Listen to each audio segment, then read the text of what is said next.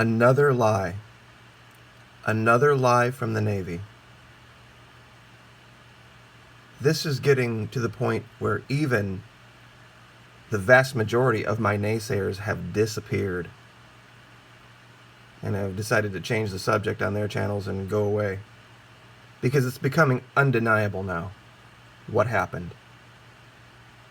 Or, more accurately, what didn't happen. That this wasn't an accident. This wasn't the result of fatigue or poor training or culture in the Navy.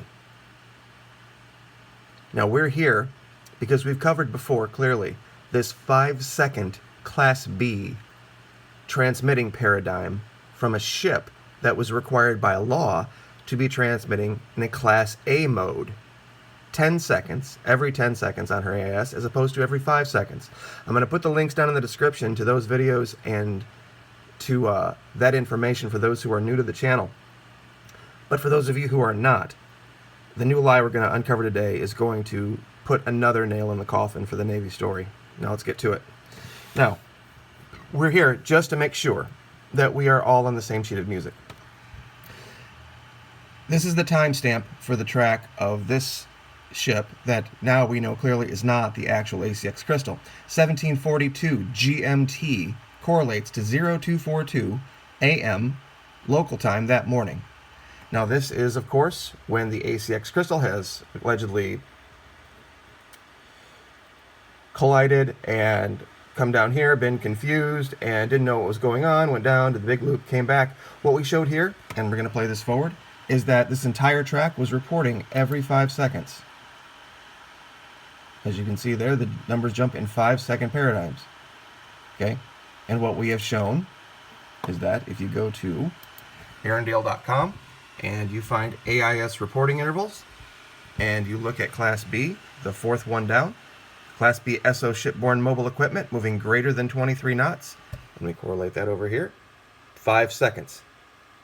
So we know that that's what we're looking at, the information from a Class B transponder. Up here, Class A transponders, the ones that are required by law and SOLAS convention to be aboard vessels like the ACX Crystal, don't report ever in 5 seconds. In fact, they report in 10 seconds. And what you're going to look at here is 0 to 14 knots, the third one in the middle, 10 seconds. That's what they would report on. And we've shown this in other videos, multiple examples, including the collision with the McCain, the MC Alnick, and many others. So, back to the map. All right. Now, the reason this is important, it has to do with yesterday's video. If anybody didn't see that, that's where I played the interview with the father of Xavier Martin, a sailor aboard the Fitzgerald that attempted to call his father using the WhatsApp. And that father missed the call. It was at 0256 that morning. Now, we are, of course, at 0242. We're only 14 minutes away. But something strange happens here, because this is where everything changes. Okay, and what I'm going to do is I'm just going to, because I have it set at quarter speed here, I'm going to jump. There's the jump. Okay, 0. Now here's 0256. What's changed here? We showed that this was 5 seconds. All of a sudden, it jumps from here down to here, and you can go here. This is Movements of the Container Ship ACX Crystal on YouTube. Vessel Finder put this up for free. You can check my work if you don't believe it. Okay? Now, here is when Xavier Martin called his father. And strangely enough, it correlates to the time that when played forward, we see the change in the paradigm. See how it's every 10 seconds now? Those two events I find to be a very strange coincidence. And the reason I find it strange, one of the things that the Navy wanted you to believe is that they were blaming the sailors because they didn't do proper watchstanding procedures.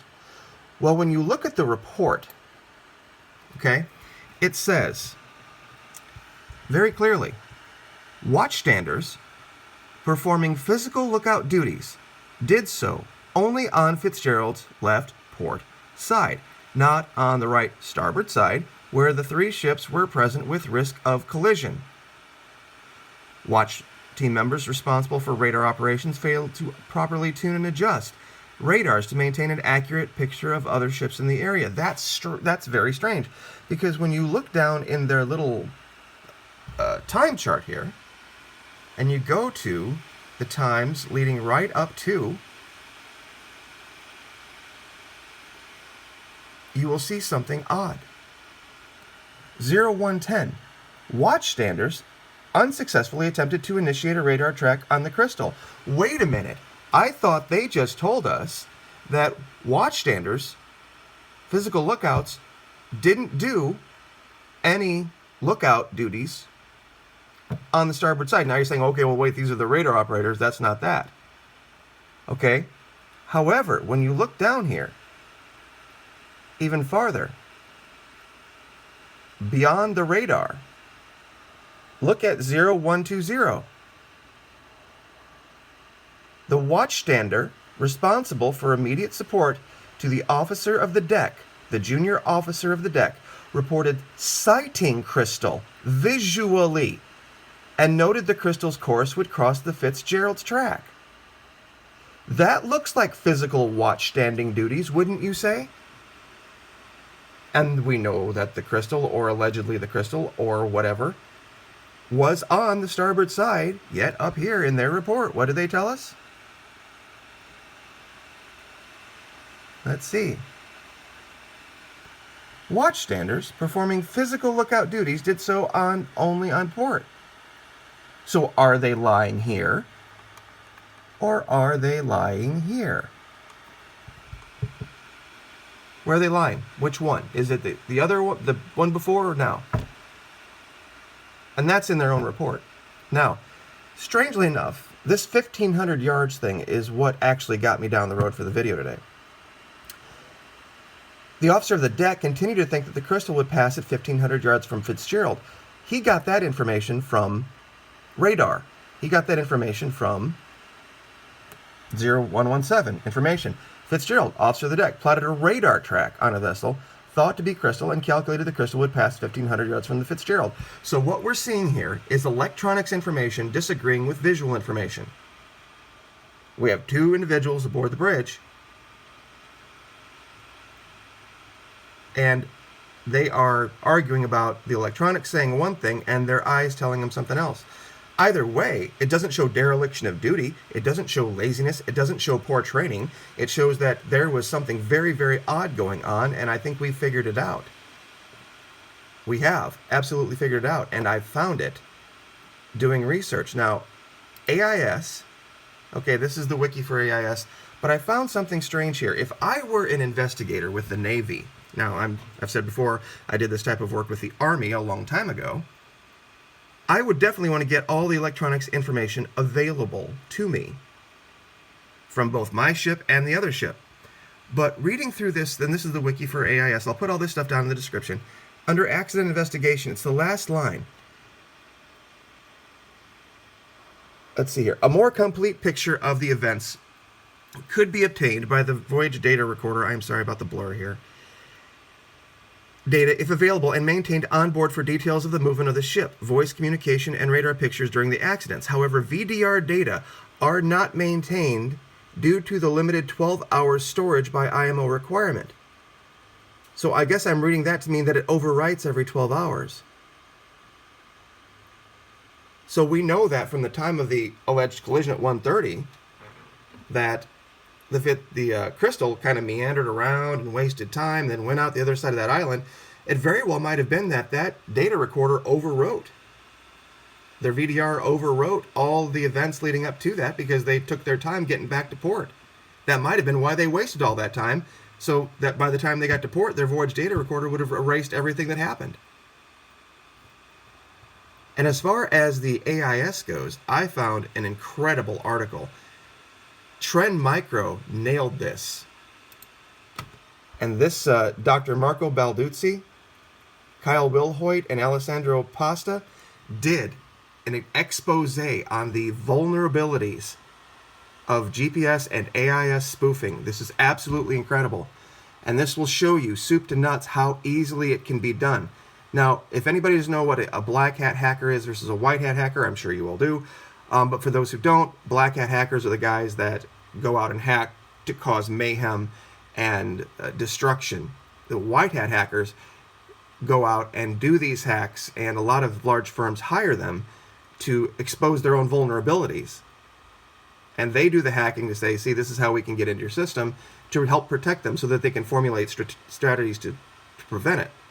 Well, this is what Trend Micro has done here. And Black Hat Asia 2014 is just a term they're using here. These guys aren't Black Hat, of course. And it talks about GPS spoofing and AIS spoofing. And I'll put this link down as well. But all of the different things that can be done to hack AIS and how you do it. And what it talks about here, about what we've talked about, how AIS is required, 400,000 different vessels, and by now probably over 1 million. It shows the two ways you can do it. You can use internet, which is internet-based radio frequencies, or you can attack the gateway directly. And strangely enough, in that, and this is from 2014. Look at look at the ships that they are using as an example that would be vulnerable. Those look familiar? This is a 2014 article. Those are destroyers. Okay, and it gives examples of how to do this. How they can take ships like this, that were here, and put them in the middle of the city. And it shows that both the online services and the AISs are both vulnerable. It shows clearly here how to mimic false reports. Check this one out. Ship involved in military operation can be spoofed. The aids to navigation can be spoofed. Here's one talking about North Korea, strangely enough. This was, and like I said, this article is from 2014, not last year. They were ringing the bell on this a long time ago about how they can make a ship just appear. Programming a malicious route to make a ship. That's kind of hilarious to me, but that you could make a ship do this. But it's not hilarious what's happened when it comes to the death of Navy sailors, that's for sure. How to take a real ship here in the middle of a river and put it in the middle of a lake in Dallas.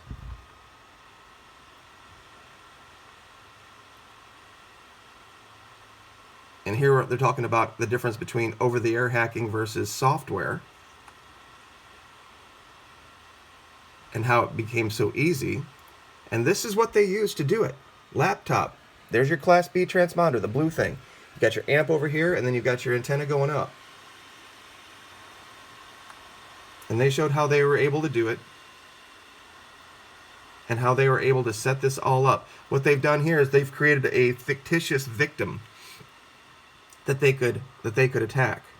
And it showed what they would be seeing. Here's where they do what they call a man in water spoofing. They would fake this signal. Here's how they could disable AIS transponders, meaning that even if the Navy had them on, they wouldn't see. Or they would see something that isn't there. For example, pirates can render a ship invisible upon entering Somalia. In fact, 4 days ago, a giant gasoline tanker just magically disappeared off of AIS off the coast of Africa and still hasn't been found. Here's basically denial of service attacks. Here's the one that absolutely sent chills up my spine. Fake a CPA alert, closest point of approach alert. That's in the Navy report. That CPA, that closest point thing, where they were completely off by a mile. Trigger a collision warning alert. possibly alter course. Sound familiar? Malicious weather forecasting. Slot starvation. This is basically denial of service. It's a lot like what a DDoS attack is. But anyway, this is what this is. Instruct an AIS transponder to delay its transmission in time. And they give you the code to do it.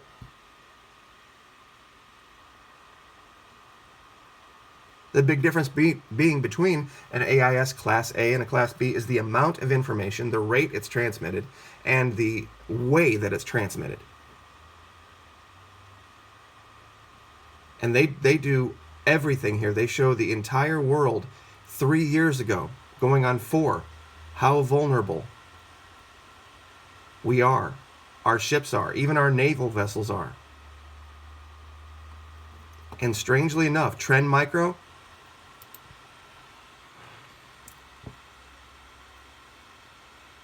this is recently, the same company that put out that report I just showed you, and this is just a few weeks ago, have said that this is more than likely who did it.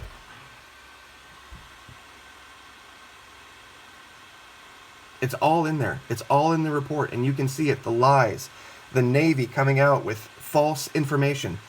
Who would send an admiral out 48 hours later, not even 36 hours later, to talk to reporters giving a false time of collision? How could they possibly have not known what the time of the collision was? 36 hours later, they would have at least been able to talk to the bridge crew and say, when did this happen? That would have been the first question. When? What time? Give us a time so that we can correlate everything. And 36 hours later, they're still talking about 0220? And then we have this phone call to this father, 2:56, yet the collision happened at 1:30, and the Navy report says the entire area where that particular sailor would have been completely full of tons of seawater, and he would have perished. There's no explanation for this other than the Navy is lying. And yeah, we've talked about mines, we've talked about submarines, we've talked about laser systems, we've talked about a lot of things. When the Navy is lying, and we can 100% tell you that the Navy is lying in their report, and nothing they're saying makes any sense and does not correlate to reality, anything else that we look into has a better chance of being true.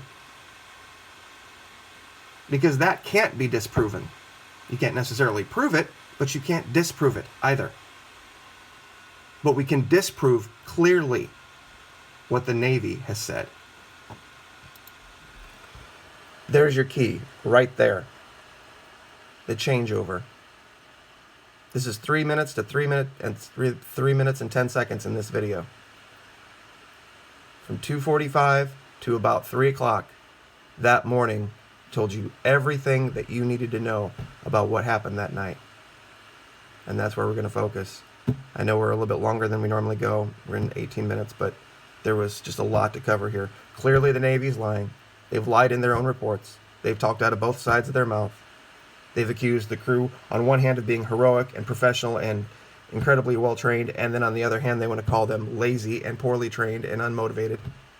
They want to say they didn't perform watchstanding duties, but yet in their report it clearly shows that they did. They tried to report false information and had to have the Japanese clean that up for them.